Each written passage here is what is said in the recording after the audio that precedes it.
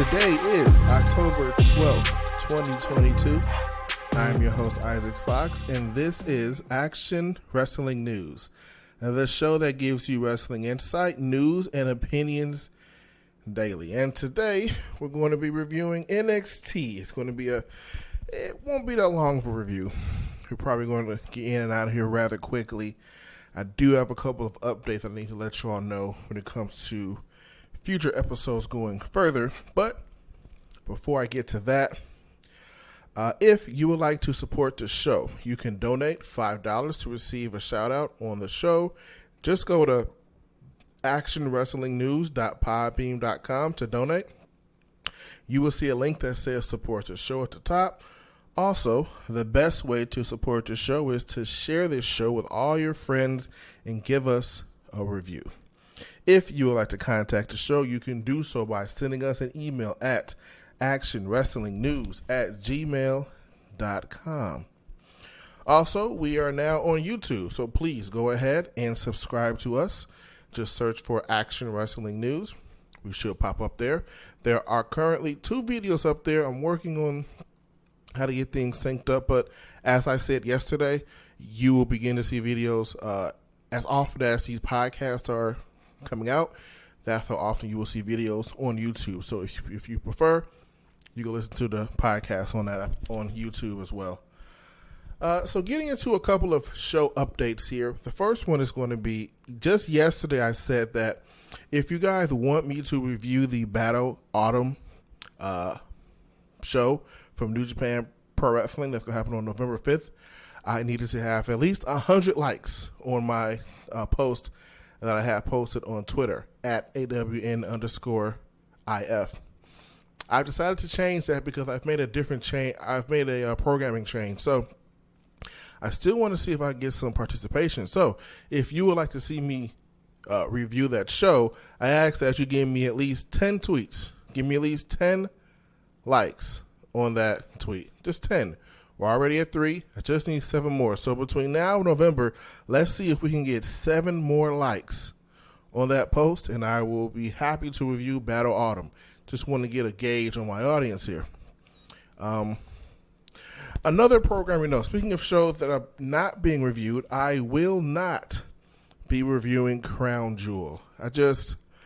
If I'm really being honest, I don't really watch Crown Jewel. I consider it like a filler show. It's like if for any fans of anime out there, where you have like those filler episodes that mean absolutely nothing to the canon of the story, that's how I view the Crown Jewel show. They mean absolutely nothing to the canon of what's going on in WWE. They mean nothing. I mean, let's be honest. What of importance is going to happen on that Saudi Arabia show? Roman Reigns ain't losing to Logan Paul. You know what we got? Looks like we might have Brock Lesnar versus Lashley. All right. I mean, who cares? Brock Lesnar's going to win. Like, everything is going to be predictable. The entire point of that show is just a money grab for WWE, and not even trying to get into the politics of everything. It's not worth my time. It's not worth the extra effort of trying to squeeze in another show on what would be a Saturday, which will force me to record on the days that I don't normally record on anyway, for a show I don't really want to watch anyway. And I don't know who's clamoring for me to record that show, or who's really like, I really got to hear a review of the Saudi Arabia show. I'm all right. So I will not be reviewing Crown Jewel. What I will do, I will speak on maybe some highlights, some news. I mean, it is still wrestling, so it is still news. I'll just touch on maybe if anything important happened. And now I want to be clear, I am still watching it because, again, I am a professional, and I am a pro wrestling analyst, so I am reviewing anything that's wrestling that's relevant. But I won't be reviewing it. But again, if anything important happens, I will be right there, and I will give you all the information if anything of note goes on. Also, I will be reviewing Halloween Havoc, which airs next week on October 22nd. Now, I'm not going to do what I did last week, where I had reviewed Extreme Rules, and you guys were supposed to get like a 14-day streak of me doing a podcast. Not that I will never do that again, but it's not necessary. Just a little peek behind the curtain. The reason I did that for Extreme Rules is because it would make no sense if I reviewed SmackDown and NXT on Monday, but then an entire third show has already occurred that affects what happens on SmackDown and Rampage, rather, or SmackDown specifically. But this is different because whatever happens on Saturday on NXT only affects the NXT show that I wouldn't be doing at that point in time anyway. So what you're going to get instead, the Saturday show of NXT I will be watching. However, I will be reviewing that show on Monday. So Monday is going to be what would that be? Pulling up my calendar now. That'll be Monday, October 24th. Will be a huge show because we will be reviewing in chronological order. We'll be reviewing SmackDown, Rampage, and NXT Halloween Havoc. So it's going to be a really big show. Plus, we'll be talking about any news that's been going on for the week or for the past during the weekend. So that's going to be a huge show. That could be like a 2-hour show, maybe longer. We'll see how that works out. So that's that there. So also, WrestleMania 39. WrestleMania 39, as you know, is going to be 2 nights, night 1 and night 2. That airs on April 1st and April 2nd. I will be doing a live show for WrestleMania 39. The going idea right now is peek behind the curtain. I record these episodes and they're hosted through Podbean, right? And Podbean has a feature where I can do a live show. So when I get it all situated, you guys will have a link in order to listen to me do the show live on Podbean. So that'll be in order. Then we'll see if we can do the show live on Podbean. I'll see if I can hopefully set it up where I can interact with you guys as I'm doing the show. I'm floating around the idea of maybe having a few other people on the show, maybe some people in my family, if you all watch WrestleMania. We'll see, but that's the idea for right now. WrestleMania 39, night 1 and night 2 will be a live show. So we'll see how that goes. That should be fun. And as time goes on, I'll do more live shows. In the beginning, it might just be like the big four, your WrestleManias, your Survivor Series, your Royal Rumbles. What's the other one that's supposed to be a big four? It's escaping me. Right, I guess WrestleMania itself. But yeah, that's the goal. So that should be the first live show on Podbean. Getting into more wrestling. Getting into some more wrestling news here. WWE Raw from this past Monday. Of course, this was the show that is right after Extreme Rules. This is right after we had the whole Bray Wyatt experience coming out, and everyone has been rewatching that video 1,000 times, me included. That did a rating of 1.8, so 1,824,000. And the key demo of 18 to 49, the group of people in that demographic, 722,000. So it did pop a rating, it did spike, and as much as I really wanted to see Bray Wyatt appear this past Monday on Raw, I understand 100% why he wasn't there and why he's going to be on Saturday. First of all, SmackDown, I said Saturday, I mean Friday. SmackDown has been the highest rated show for wrestling, period, for like the past handful of weeks. So, I mean, it just makes logical sense that you put that attraction on a show that has the most eyeballs. SmackDown is on national TV. It is clearly, I guess, just strictly numbers wise, it's the best wrestling show that's on TV at this moment in time. So it makes sense for them to put on there. You're going to pop a bigger number. Like I said yesterday, it would have shocked me if we get very, very close to a 3 rating. When last time we had a 3 rating for a SmackDown. But I guarantee we're going to be probably between like a 2.8 or a 3. That's a hard guess because I think we would have like a 2.2 or 2.3. We're going to be at like a 2.8 or a 3. I'm telling you. I feel like with enough promotion Bray Wyatt can pop a number for sure, especially after time goes on. And I might the Monday after the fact, I might try and do a breakdown of the quarter by quarter hour to see if people actually started to tune in as the show was going on, because anticipation was being built up. But that's your news. There really wasn't much going on in the way of news, so we're just going to hop right into the NXT review. We start NXT off real quickly. We started off with the match between Bron Breakker and Javier Bernal. This match did what it was supposed to do. It was meant to be a match that just got Bron Breakker over and displayed all his power. And that's exactly what it was. It was fairly quick. You just had Bron Breakker destroying Javier Bernal. Javier got a little bit of offense in him. It does start off with chain wrestling, but once again, it's a display of Bron Breakker's power. There's a 6 spot in here where Javier tries to go for a dive, and Bron Breakker just literally rips this man out the air and slams him with a 6 spine bust. It looked dangerous. It looked like that was that could hurt somebody. That looked kind of crazy. But I'm glad it was.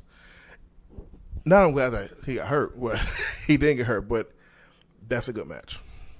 That's a good representation of the power that Bron Breakker has. And again, this dude is a star.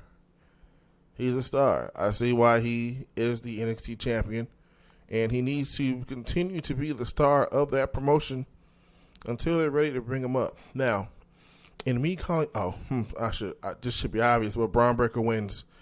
He hits a pin after a press slam powerbomb of sorts. He has been a press slam, then he kind of flips him down to a power slam situation for the 1, 2, 3. There's an afterbirth after that, but I'll get into that in a second here. But Bron Breakker's a star. He definitely is the man on NXT. He is a star. I do question if whenever he comes up to the main roster and we see him on SmackDown or Raw, who does he feud with? When is he ready? Because I don't think he's ready yet. I want to be clear. I do not think he's ready yet. Continue to leave him down there in NXT. Give him another 6 months to a year to just really get himself over. Because he's over with the fans, but I think, like always, I think there's something. There's something there that's missing. Don't know what it is. I don't think it needs to be a character. He's as time goes on, he's building up that aggression, which he's getting that from his dad, Rick Steiner over there. But he's getting that aggression to him. But there's something. And you know what? That's what NXT is for. NXT is there to give them that something. And of course, speaking of NXT, as I'm running through this review, we had a return later on today. But I will get into that as we roll on here. Now, of course, after the match, after Bron Breakker wins, we then have JD McDonough and Ilya. They both get in the ring with Bron Breakker. They're kind of face-to-face, and, just a brawl breaks out. There's a spot where JD attacks Ilya, and then Ilya tries to hit the running knee or the running shoulder tackle on JD McDonough, but JD gets out the way, and Ilya just blasts and just knocks out Bron Breakker, which he gets a receipt for later on in the show, but once again, we'll get to that later on in the show. But yeah, this is all just to hype up and set up the triple threat match at Halloween Havoc, which is going to be JD McDonough, Bron Breakker, and Ilya Dragunov. Like I said before, when I saw the Ilya Dragunov came back a few weeks ago, and it popped me, bro. Damn, I can't be saying, bro. It popped me. I marked out because when Ilya is out there wrestling, it's like watching a machine. He is a dude who has it. He has that factor. It looks like when he goes out there, he is trying to hurt you. Such a novel concept, looking like you're going to go out there to actually injure and maim and hurt your opponent, because it's all about championships and cash and checks. Speaking of that, the announced team for today was Booker T and Vic Joseph. That's going to be the announced team going forward. I gotta say, I love when Booker T is on commentary. For some reason, people don't like him. I don't understand why, but he's completely different than when anybody else is on commentary. if there's any kind of heel, quote unquote, announcer on commentary, it's the same thing. Oh, you got the one announcer talking to the other announcer saying how someone's stupid. There's a whole situation going on there. But I like Booker T because he's different. And you know why? He speaks on reality, bro. I swear to God, that's the last time I'm saying, bro. He speaks on reality, right? It's real simple. If you're out there and you're wrestling, your only motivation should be a check or a championship, preferably both. And that just makes sense to me. We've lost that concept in the wrestling. Wrestlers go out there because I always wanted to do this as a kid, and I just wanted to checks and championships. It's real simple, right? But moving on from there, our next match, which was Axiom versus Nathan Frazier.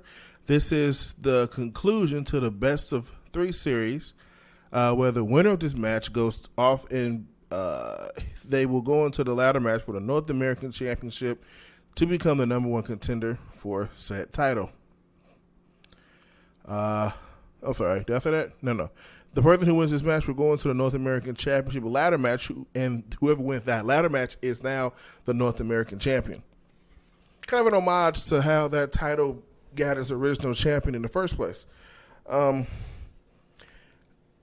gotta say this right here. This was the best match I've seen in NXT in some time. I swear, before I watched this match, I was about this close to no longer covering NXT anymore. I mean, if you give me more matches like this, I'll watch them every damn week. And I'm not just saying that. Today is, what is today? Today is Wednesday. You're hearing this on Wednesday, and yes, I am recording Wednesday, and I watched the show earlier today. I did not watch it yesterday on Tuesday. Because whenever NXT comes on, I'm like, I don't know if I want to watch it, but you know what? This match right here, give me more matches like this. Give me more matches like the Creed brothers from yesterday, where that intensity and that aggression, that's what NXT used to be. It used to be the show that you turn on and you got to see professional wrestling. The Tommaso Ciampas, the Johnny Garganos, the Finn Balor's at the time when he was over there, the Sami Zayn's at the time when he was over there, the Nakamura's, the Samoa Joe's. It was hard-hitting, I'm here to smash your face in and win championships. It was different. It wasn't like, because see, the rest of WWE is a lot of supernatural things, and there's a lot of comedy, or it's a lot of like theatrical. And I'm not even saying that's bad things. Again, I'm a huge Bray Wyatt mark and a huge Bray Wyatt fan, and clearly his entire situation is a theatrical production. He's a supernatural character. I get that. He's in reality, we know he can't teleport. We know he's not really speaking to death and the devil. It's just a dude who's a very creative guy. I get that. But sometimes I don't want to see that. And when I switch to NXT, I want to see wrestling. Really only. I don't want to see any nonsensical segments in the background, anything stupid, but give me more of this match. I'm telling you.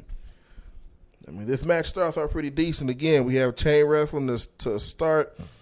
Nobody's getting the advantage. So they're doing this here where everyone's going back and forth. Holds, counter holds, reversals, everything is being countered and just reversed, and crowd's loving it. I'm loving it. I'm like, yes, give me more, give me more. This is what I'm chanting in my head internally. This match was interesting because it was sloppy, but sloppy doesn't mean bad. So there's a difference in the match in at least the beginning part.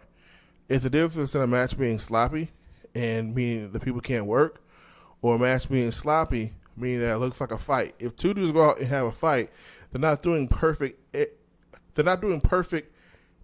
acrobatic moves and syncing up with the music, and no, they're just fighting. They're trying to hurt the next person.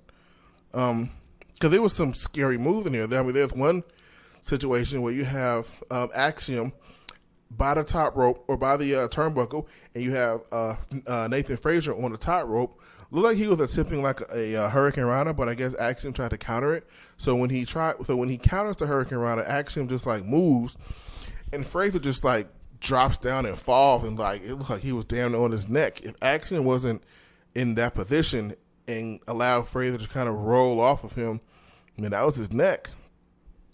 And there was other spots where it just looked devastating, just looked painful, and I'm here for it. I mean, we had a nasty super kick during the commercial break for a near fall.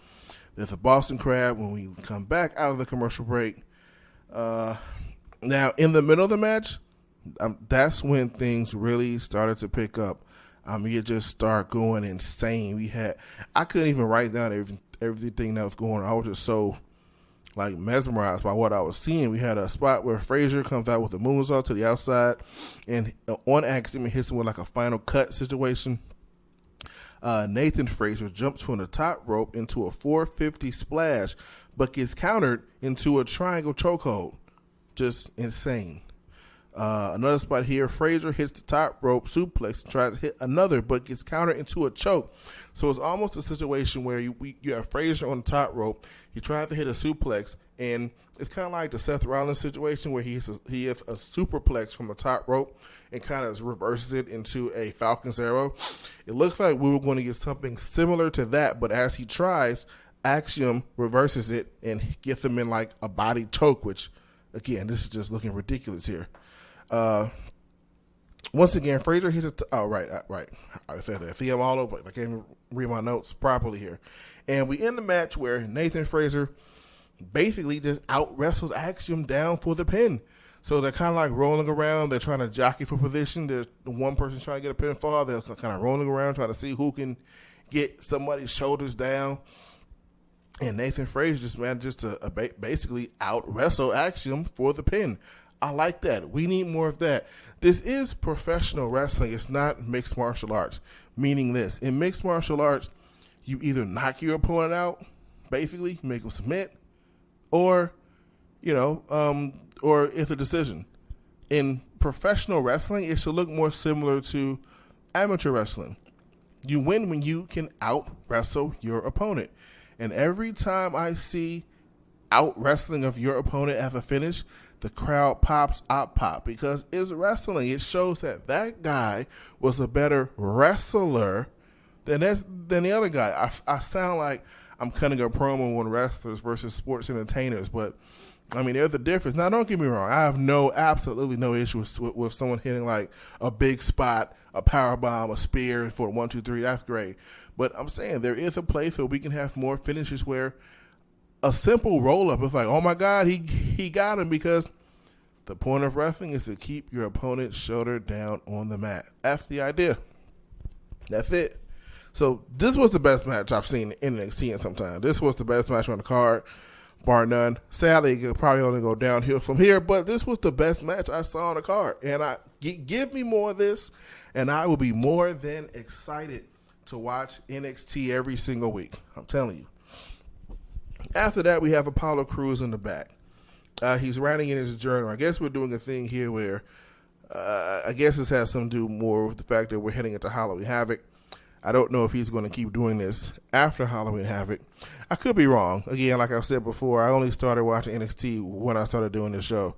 I've only been doing this show at this point for about 3 weeks. So maybe he was doing this before. I don't know. But it seems odd because Apollo Crews has seemed to have went through a lot of different character types. First he was, this Nigerian prince, and he was this happy-go-lucky, smiley guy. Now he's crazy, spooky, mysterious man. I mean, hey, I'm sure the match at Halloween Havoc will be great. Apollo Crews is a great wrestler. When he goes up against Grayson Waller, which is basically what we're setting up here.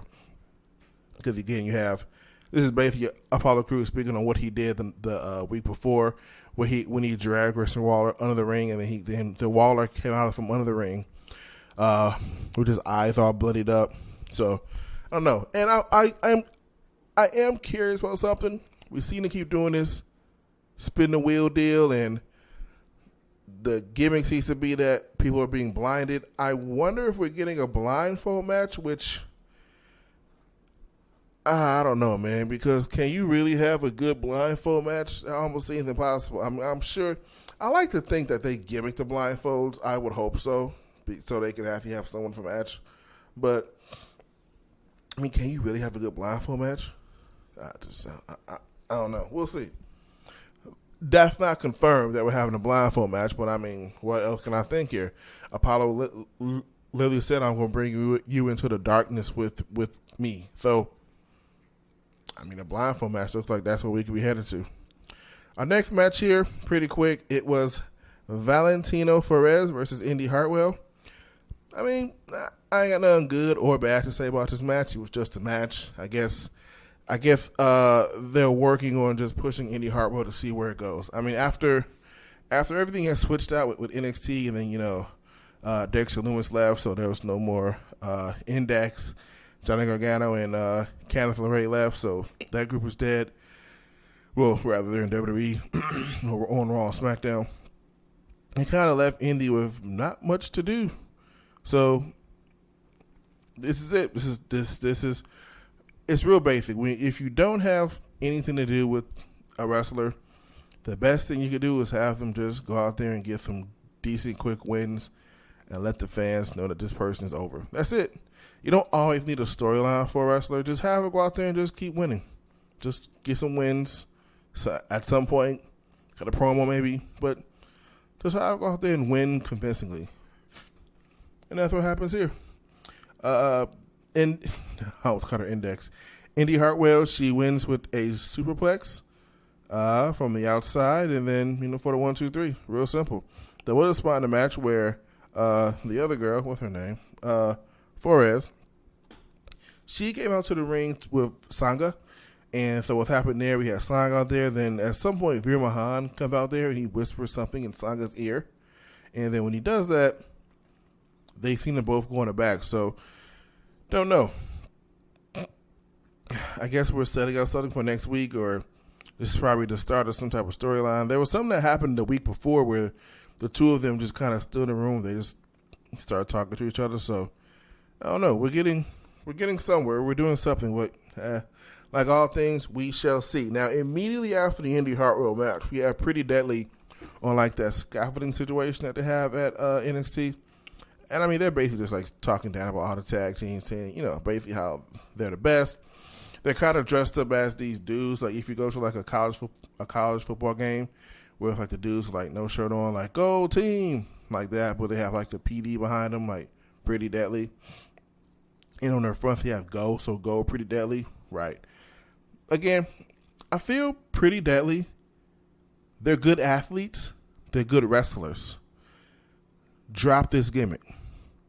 Drop the how can I put it? Drop the metrosexual type of gimmick. Drop the gimmick where you're these fashion plate. Just be serious. I don't understand. And I want to say it's not really about everyone being super serious and there should be comedy gimmicks. Yeah, there should, but you know what? Those comedy gimmicks don't get to become world champions. Show me a world champion in any kind of actual sport who's a joke. You think LeBron James goes out there and just laughs and is joking around when he's trying to win the NBA Finals? You think Serena Williams is out there having a good time, laughing and joking, like, oh yeah, I'm just here to have fun. This is my dream. When she's trying to win a championship? Nah, you don't get that. You think a UFC fighter, a boxer? You think Muhammad Ali was out there like, I'm just here to have fun. I'm Mr. Clown, man. No, they were out there to be trained killers and to beat people and to win championships. I get it. Wrestling is a fictitious sport. Yes, we understand that. But so what? You need to act like it's real. And again, here's the thing. A gimmick like Pretty Deadly, look, is fine. If you want to have that gimmick, no problem. Because there needs to be a team who is there to get beat up. Kind of like the Maximum Male Models over there on Raw, I believe it is. You got to have a team who's there to get beat up. That team does not get to be world heavyweight champion. And you know why? It's not because of how they dress or how it could be perceived of what they're trying to portray. It's how can you get serious when you're trying to go for a world title, when you're like, oh, I'm just here to look pretty and I'm a snack and all these things. How do you get to be serious? If someone walks up to you and is like, look, I'm going to beat your ass and take your championship, what are you going to do? Laugh at him? Oh, look at that ugly kid. He's not going to do anything to me. Like, that's not how that works in real life. In real life, if a grown man walks up to you and wants to fight you, you drop the bullshit and you fight, right? I don't see Pretty Deadly doing that. Their gimmick is too laughy, jokey. We're here to have a good time. You're here to win championships and get checks. That's it. That should be everyone's motivation, by the way. Win a championship, get a check. At least that should be the portrayal. So in the back, I'm missing some information here, but I can say half of it. I guess we have Cora Jade in the back. She's been interviewed. She says she's ready for her Pick Your Poison match. I believe how this is going to go. I believe they explain it later on in the day. Cora Jade is going to be going over to, she's going to be on Raw. I believe she got in contact with Rhea Ripley, and Perez is going to be over on SmackDown. So, some teasers for next week. Getting back to the ring, we still have Pretty Deadly up there on the scaffolding. They're like doing a whole barbecue situation, like as if they're just like watching the match. And the match is this. It is this. We have Blade and Inafi versus Brooke Jensen and Josh Briggs and the Dyad. I mean, this match is what you expect. Look, it's a car crash, which is pretty cool sometimes. What I do enjoy is that Inafi and Blade, they seem to have dropped the comedy. Once again, I can't push it any harder that the reason why I stopped watching NXT, mind you, I used to not watch Raw or SmackDown, and I was exclusively watching NXT. I would be telling people, look, I know you might not like that Raw and SmackDown, but NXT, that's that real wrestling. Because it looked like that real wrestling. It was dudes who wanted to get checks and get championships. It was serious feuds like Tommaso Ciampa and Johnny Gargano. It was your Samoa Joes. It was all these people.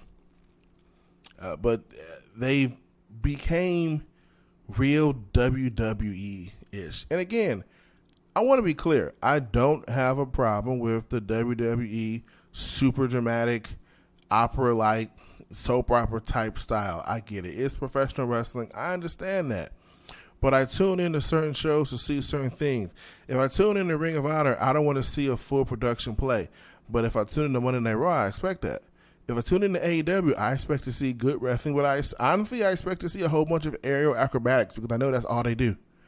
They jump around and do acrobatics. Not to say I'm not going to see a good match, but I have certain expectations for certain things. I'm looking for pure 100% wrestling. If it was still in the air, I'm tuning in to Ring of Honor. I watch certain shows to get a certain result. I understand every show is not going to do everything.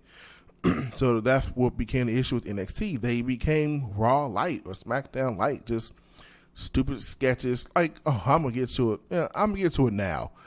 Like later on in the show, we have who is that? Roderick Strong, because remember he got beat up a handful of weeks ago. So now they show him in the hospital with a neck brace on. I'm like, what am I watching here? I feel like I'm watching an episode of General Hospital or Grey's Anatomy. I'm like, is this a soap opera? Like, I just couldn't help but laugh as I'm watching the show. It's like, I don't need that. And maybe, hey, look, maybe I'm just too old for this shit. Maybe that's the problem. Maybe I'm too old. I'm far advanced. I don't think so. I'm just 32. I'm not like 52 out here. But maybe I'm too old for this nonsense. Maybe I need to go back and watch some 90s wrestling. I don't know. But it seems to just be NXT. I don't have a problem with the other shows. I know what to expect, but I don't know. I'm going to give it time. That once again, I know they just got serious. And, no, I take it back. I'm not too old because, again, they were doing serious wrestling just a few years ago. It's not like I only like wrestling from the 90s. Just a year or two ago, they were doing just regular. NXT was a hard-hitting, serious show. Then it became a joke because they wanted to be WWE. Because someone said this needs to be more colorful so we can get the kids here. I don't understand that.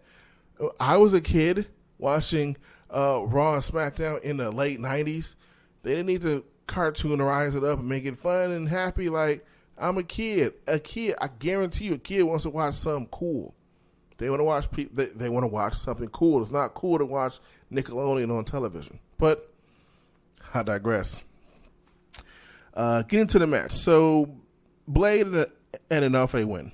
Right? They went off with a distraction from Cameron Grimes. So we see a shot of like the dyad just standing over there by the barricade. And then out of goddamn nowhere, Cameron Grimes just comes and does a stump he does on the chest. The shit looked devastating. It looked great because that was an excellent camera shot where we just have Grimes just fly in the shot and just completely take out. Who did he take out? He took out one of the members of the dyad. I forget which member he took out. Well, the name's escaping me actually. But takes him out. Perfect. Works great for me. But I guess we're setting up a match between Cameron Grimes and the members of the dyad. It was brought up later on that wondering if Grimes is going to be involved in the 3-on-1 handicap match. But Grimes says he does have friends in the WWE. So we'll see who he gets. I like, actually, how they're integrating the WWE with NXT. That's an interesting change. It can definitely freshen up some storylines, maybe add some seriousness or something like that. Kind of like blur the lines of, what's developmental, what's regular. I'm down with that. So we get to a package of Kiana James. Apparently she's a realtor. I guess her entire gimmick, which I didn't notice, her entire gimmick is that she's a businesswoman. When she comes out there, she has all the titles. She has an MBA. She's an accountant. She's a doctor. She's a lawyer. She's every single profession that's humanly possible, I guess. She's a very smart individual. Hell, her finishing move is called the 401k. That's hilarious. I don't know. I guess whatever. It was an okay segment. I guess it was fine. It's just whatever. I don't know what much to say. She's just in the back setting up plans for, I guess, a building for Chase U. I guess they're going to build an actual campus for Chase University. I highly doubt that, but sure. We get to the ring. We have Alba Fire versus JC Jane. Let's just skip to the finish here because this is not much is happening here. Alba Fire wins. Alba Fire wins with the Glory Bond for the win. The true story here is Sonya Deville comes back out. So we have a situation where after Alba Fire wins, she's shaking hands with the fans. Everybody's cheering her on. Yeah, all that. And then what looks like a fan grabs her, but it's revealed that it's just Sonya Deville in the crowd, right? And then her and Toxic Attraction beat up Alba Fire. So I guess, like I said on Twitter, remember to follow me on Twitter at AWN_IF. Like I said on Twitter, I don't know if we're going to get a reunion of Fire and Desire, or maybe it's just going to be, well, probably not Fire and Desire because Toxic Attraction does exist. So they probably wouldn't bring back Fire and Desire. They'll probably just they'll just put them together in general. Which, hey, why not? I can tell you one thing. I've been watching Sonya Deville for a handful of months on SmackDown. She looked the best that I've ever seen her look here in NXT. It's what it looks like to be a professional. It's what it looks like to be someone who is confident and powerful on the mic. She looks like she could be a leader of this group. She looks so well and confident on the mic. It's great. It's great. Moving on from there, right after that, this is when the dyad basically challenged kind of Grimes to a 3-on-1 match. They did it by beating up a referee, or rather, I should say, knocking down a cameraman in the parking lot, and then that's where they set that match up. Then again, this dude in the red hoodie and the yellow mask, we don't know who that is. I guess this person will be revealed at Halloween Havoc. We'll see. Later on, we then have Wes Lee versus Stax. And of course, the entire storyline behind this match is that Stax is blaming Wes Lee for injuring Tony D'Angelo on last week's show, where Wes Lee had a drop to a hold, and it looks like that could have potentially damaged Wesley. That could have damaged Tony D'Angelo's knee.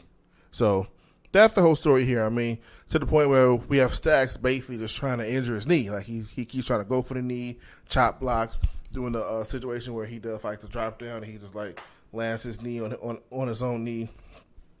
That type of situation. But I mean, in the end, Wesley wins. Wesley wins with a corkscrew moonsault on Stacks. Now, as Wesley is trying to celebrate this win, it's a good win and all that.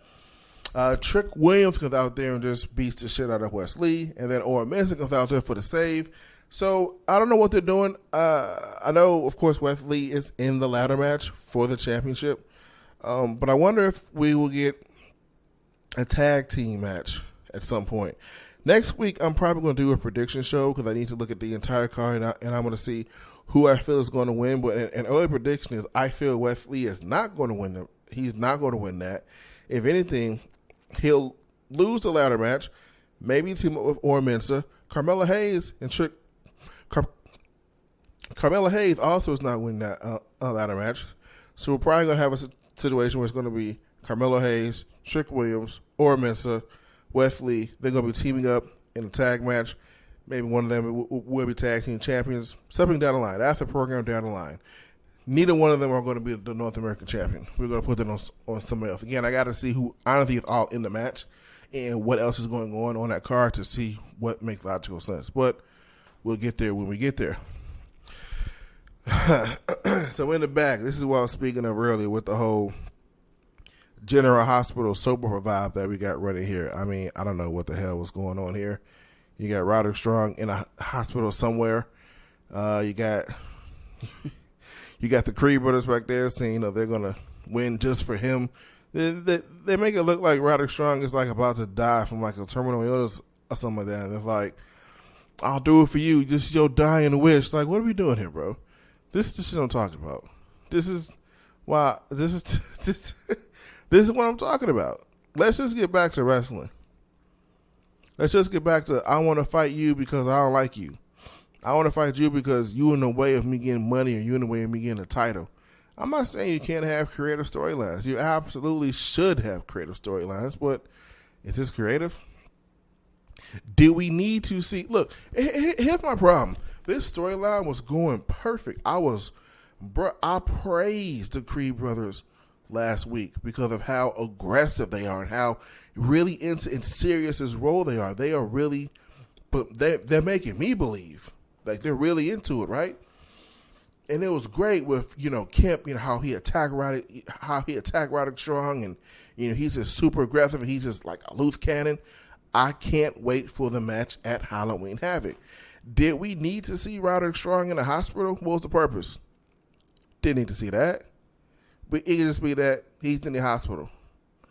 Or maybe he appears on camera in a suit at his home but injured. Like, am I to believe that he's been in his hospital for like 3 weeks? This is what they're telling us. That he has been that injured. That he has been in the hospital for 3 weeks. He's been in the ICU. He's just injured. Stop it. Just stop it. But this is what they want, and they need to stop it. They need to stop it. Moving on from there, we have Kiana James versus Thea Hale. This is essentially a squash match, and it runs like this. First of all, Kiana James wins. No surprise here, of course, but she wins by. After the match starts off, we have Mr. Stone. He gets in the ring and he's mad because just last week, Thea Hill slammed him on the outside, which, by the way, they replayed that slam. My man was about that close from landing on his neck. They need to maybe practice that a little bit more in the PC if they're going to start doing stuff like that. But in any event, this is just a squash match because basically so what happens is that Mr. Stone tries to run and he tries to attack Thea Hill. She counters her. She flips him on the top rope. She's like, yeah, I got you. And then Kiana James hits the 401k for the 1-2-3 for the win. I mean, real predictable, real simple. Did we expect any less? So the main event was Ilya Dragunov versus Grayson Waller. This was a good match too. I have none negative to say about it. This was a fine NXT main event. It was fun. I mean, we start off with some chain wrestling. We got a senton from Waller on Iliad. Waller with the sidekick to Iliad as he looks to Booker T. Now, for some reason, Waller seems to be trying to maybe create some type of storyline with Booker T because he kind of feigns doing a spinneroonie. He does a side leg kick, which Booker T does acknowledge.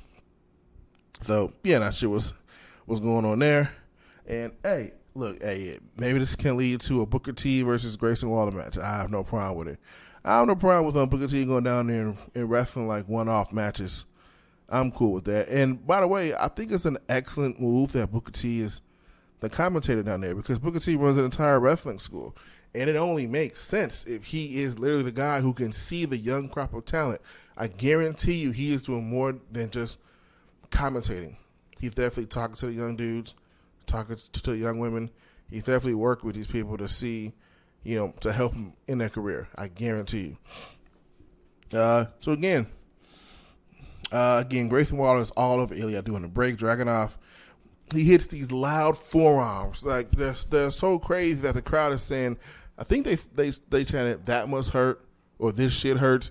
Something along those lines, but it sounded like a gun going off, like how loud these forearms was. And that's what I mean by him being a machine. When he's out there, he's like a machine. It's insane. He is wild. That's why another match I'm definitely looking forward to when it comes to NXT Halloween Havoc. I hope they deliver because I gotta be honest, watching this Halloween Havoc is probably going to determine if I continue to watch NXT again or not. I understand that I'm doing a show and I'm supposed to be reviewing this for you all, but I'm gonna be keeping 100. I will give you the results. I will do things like that, but I don't know. This show will probably be a thing that will determine what my involvement in the show will be, how often I will be watching it or reviewing it. Waller with the slam dunk like elbow for a near fall. So he does a situation where he jumps up and he crosses his hands between his legs as if he's doing like a slam dunk, but he hits him with an elbow. There's a chokehold on Ilya Dragunov with the grapevine, but Ilya counters. Waller gets caught in two German suplexes after being distracted by the wheel on the ramp. So there's a spot where we have Grayson Waller. He's kind of like walking up the ramp, and the wheel is there, like the spin the wheel deal. It just starts spinning on its own. The Titantron behind it gets all like spooky and scary. Again, I understand that we're going into Halloween, so that's probably what we're doing here. We have to have some kind of spooky, weird element. And look, it's wrestling. I understand, but hey. And back into the ring, Ilya wins with that knee or that headbutt or shoulder. I don't know what's happening. He wins with the move for the 1, 2, 3, and Ilya Dragunov is your winner. He defeats Grayson Waller. As Ilya Dragunov is celebrating with the crowd, Bron Breakker comes and spears the absolute of ever-loving shit out of him. It looked like he broke him in half. And, of course, this is because of the miscommunication from earlier in the night where Ilya Dragunov accidentally, quote fingers, ran into Bron Breakker. And as this is happening, you see JD McDonough in the back, or rather, you see JD McDonough in the crowd just clapping, just as if I like it when a plan comes together. And this is smart, by the way, because I look at JD McDonough and I'm like, how is a guy like that supposed to be able to match up with a Bron Breakker and an Ilya Dragunov? He can't. So he won't. That's genius. You let the two dudes beat the shit out of each other and you just sit back and be like, just buy my time. Makes sense to me. More people should do that. But hey, that's what happens when you probably are in a wrestling show and you're working for a company who has people who have done this before. They know what they're doing. They still got some things to fix. Definitely ain't saying NXT is perfect. I just said I'm not sure how long I want to watch it for. But this was a good show. I will give it that. This was a good show. So a few things probably need to be tweaked. But this was a good show. And, yeah. So, that was the show today. Tomorrow, when you next hear my voice tomorrow, that will be a review of NXT. That will be a review of AEW. I believe The main event of AEW is for the Ring of Honor World Heavyweight Championship. It is going to be Chris Jericho versus Daniel Bryan. That's going to be a great episode of Ring of Honor. Oh, I'm sorry. I didn't mean to say that. I mean, that's going to be a great episode of All Elite Wrestling. It's hard to tell nowadays. Look, as much as I like Ring of Honor, as much as I was a fan, I did watch it as often as I could. To watch AEW, I swear the Ring of Honor World Championship is getting more play than the AEW Championship. It seems like the ROH title is the title on that brand. And that's insane for what's supposed to be what is literally a championship for a dead show. If you would like to follow us on Twitter, please do so at AWN_IF. If you would like to send an email to the show, you can do so at actionwrestlingnews@gmail.com. Also, check out the website at actionwrestlingnews.podbeam.com. If you would like to support the show, you can do so via PayPal. There will be a link in the show notes once you go to the website. Also, feel free to subscribe to the YouTube channel. Just search for Action Wrestling News. We already have a couple of videos up there, but like I said, on Monday, we will start having videos up there as often as the podcast is uploaded. And remember, if you are looking for action, wrestling, and news, keep it right here every Monday through Friday. Have a great day, everyone.